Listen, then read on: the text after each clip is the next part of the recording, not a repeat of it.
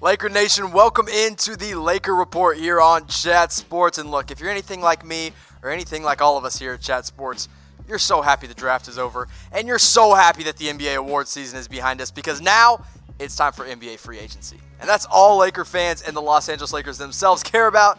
And it starts with the biggest guy on the market. It's Kawhi Leonard. Of course, just won that championship with the Toronto Raptors, but the latest rumor out of Los Angeles is that they are operating as if they have a real shot at landing Kawhi this summer. And why wouldn't you? Go in there with all the confidence in the world, get a sit-down meeting with the guy, tell him, hey, if you're going to come to LA, come to the Lakers. Forget about the Clippers. Go to the Lakers. Play with LeBron James. Play with Anthony Davis. You can win a title here. And that's what the Lakers feel like. And there's word that Anthony Davis and LeBron James, because, no tampering or anything, but LeBron and AD have already started texting him. They're already recruiting the guy. They're ready to get this thing going, and you can see why last season was absolutely ridiculous for the Toronto Raptors. 26.6 points per game, 7.3 rebounds, and the three-point shooting was outstanding at 37.1%, and I always mention it every time we bring up his stats, but look, Kawhi is an elite defensive player. If you need someone to anchor a defense around the perimeter or just at all, Kawhi, the Claw, he's going to get it done. It doesn't always show up in the box score, but his presence is felt on both sides of the ball.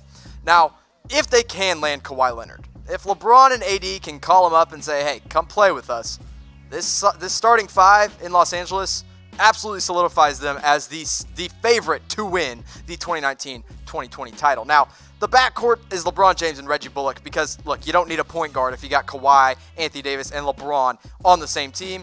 And then, not to mention, you also get a guy in Kyle Kuzma who averages 18.7 points per game, who they managed to hold on to in that trade that brought Anthony Davis to the Lakers. They didn't have to give him up to the New Orleans Pelicans. That was a huge win for the Lakers, a solid role player that is probably going to be starting next season.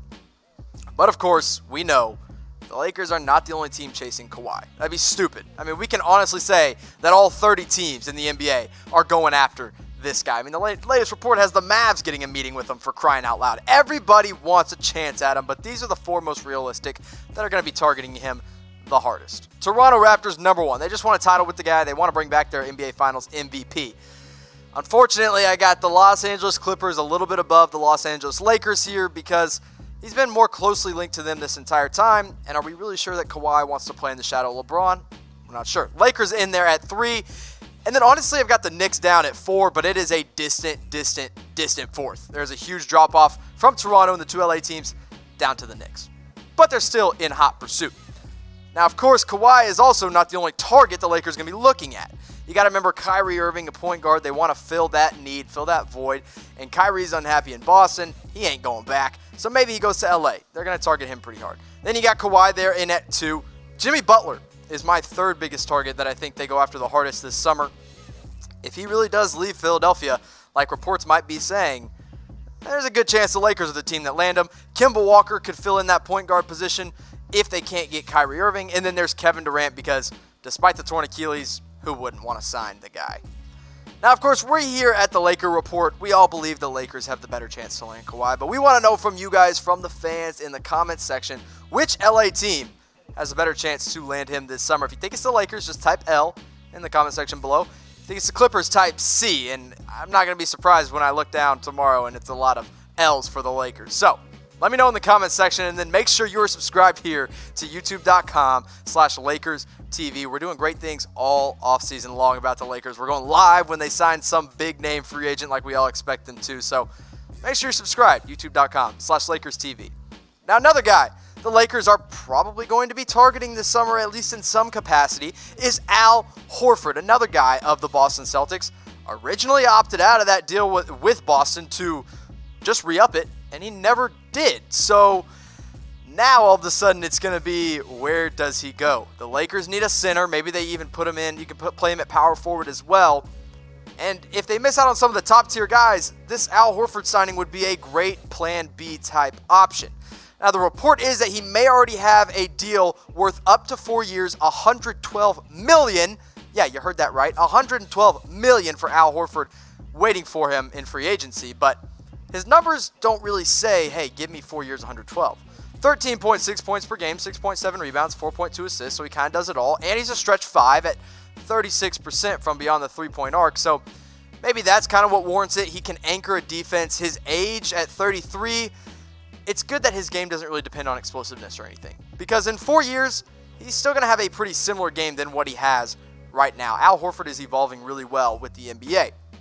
But of course, we got to take into consideration the other teams that are going to be looking at him in free agency, because not just the Lakers, but also the Brooklyn Nets. Now, maybe they get Kyrie Irving. Maybe they don't want to bring back Horford, but on the contrary, maybe Horford and Kyrie actually had a good relationship and they can go play together in Brooklyn. And then I got the Lakers right there in it too. The Clippers definitely need a center.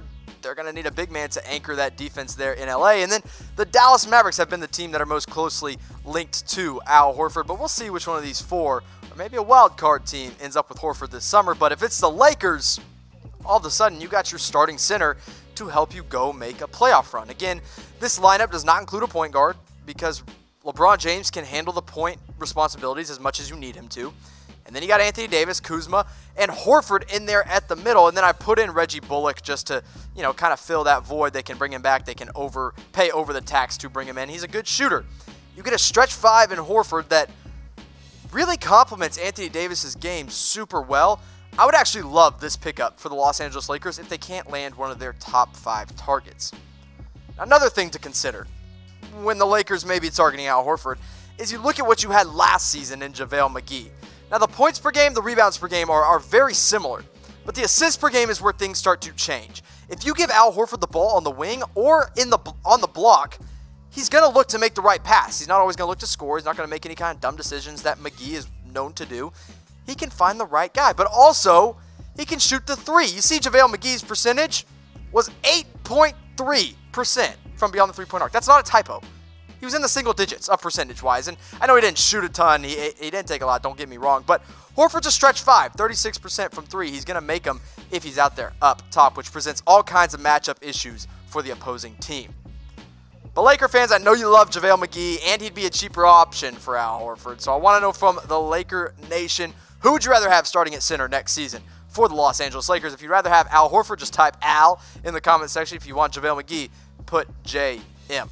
Now on to another center the Lakers could be looking at. They have him on their radar. It's DeAndre Jordan. He's still a great rebounder, still a double-double threat on a nightly basis, but he really isn't the same player he was in his prime. He's not the defensive player of the year that he once was, but he could come in a cheaper option. He's, of course, came off the bench, kind of got put behind Mitchell Robinson when he got traded to the Knicks from the Mavs.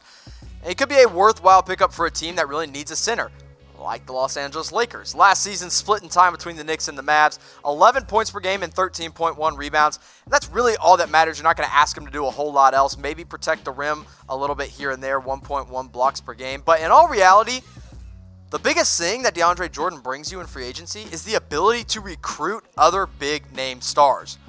Jordan has been closely linked to all kinds of major guys, and these are the three that we know he's super buddy-buddy with. Kyrie Irving, the point guard, he wants to bring him in. Kevin Durant, they're friends. And Jimmy Butler, they went like on a wine date together or something. I don't know. They're friends. So maybe he helps recruit all these guys to the Lakers. But even if he can't, even if he's just a pickup as a center, then he's still a pretty good solid starting center to round out that 5 in LA. He's a veteran presence, so you get DeAndre in there next to Anthony Davis, LeBron James, Bullock, and Kyle Kuzma. I actually don't hate this lineup for the Lakers, but again, the most valuable thing DeAndre Jordan would bring any team is the ability to help recruit stars, which the Lakers want to do. So with that in mind, would you, Laker fans, Laker Nation, would you want the Lakers to sign DeAndre Jordan this summer? Again, not the same defensive presence he was. Incredible rebounder, great recruiter of potential stars. Let me know in the comment section as we move on to another big man. The last one, this rumor segment's been very heavy on the centers here, but that's where the rumors are coming from because another guy they have on their radar is former Los Angeles Laker legend Brook Lopez. He has added a three-point shot to his game. He's a stretch 5 now, quite literally the definition of a stretch 5. But he's going to draw a lot of interest from a lot of teams that need that spacing, that need that stretch 5 ability. And of course, the Lakers do need that. But the Bucks are definitely prioritizing him. I mean, they want to bring back Lopez, but the money's going to get tight because you got Chris Middleton entering unrestricted free agency. Malcolm Brogdon is entering restricted free agency. So maybe Lopez falls right back into the Lakers' lap. This past season in Milwaukee, numbers not super stand out outside of the three-point percentage, 12.5 points per game, and then 4.9 rebounds. Because look, as a 7-footer, he is historically one of the worst rebounders of all time. But he's also historically, as a 7-footer, one of the best three-point shooters of all time. Shot 36.5% from three this past season and actually finished as the leader on the leaderboard. Most threes made by a 7-footer in a season. He did that. He topped everybody. 187 three-pointers made this past season. Brook Lopez did that, 187. Channing Frye came in second, third, and fourth at 172, 171, and 160. And then the guy who really modernized this idea of big men shooting, Dirk Nowitzki, made 151 back in 2001. So look, Brook Lopez, huge three-point presence, three-point threat. But he's also a really good rim protector. Miles Turner, 199 blocks this past season, led the league. Rudy Gobert was your defensive player of the year, 187 blocks. And then in at third, it was Brook Lopez with 179. So we always call these 3-and-D players, we think of them as wings, but Brook Lopez is quite literally a 3-and-D center. I mean, that's literally what he does. It actually makes sense. So you put him in a starting five as a vet, as a three-point shooter, as a guy that can take some rim protection off the shoulders of Anthony Davis. The Lakers are kind of set here. LeBron James, Bullock, Kuzma, Davis, and then you take out that center position and you put in Brook Lopez, who already knows the Lakers organization. Maybe he wants to be back. But at the end of the day, it's not really about what Brook Lopez wants. It's about what you guys want, what the fans want. Do they want Brook Lopez back, yes or no? Let me know in the comment section below. I'll be keeping you updated with those rumors and more all offseason long.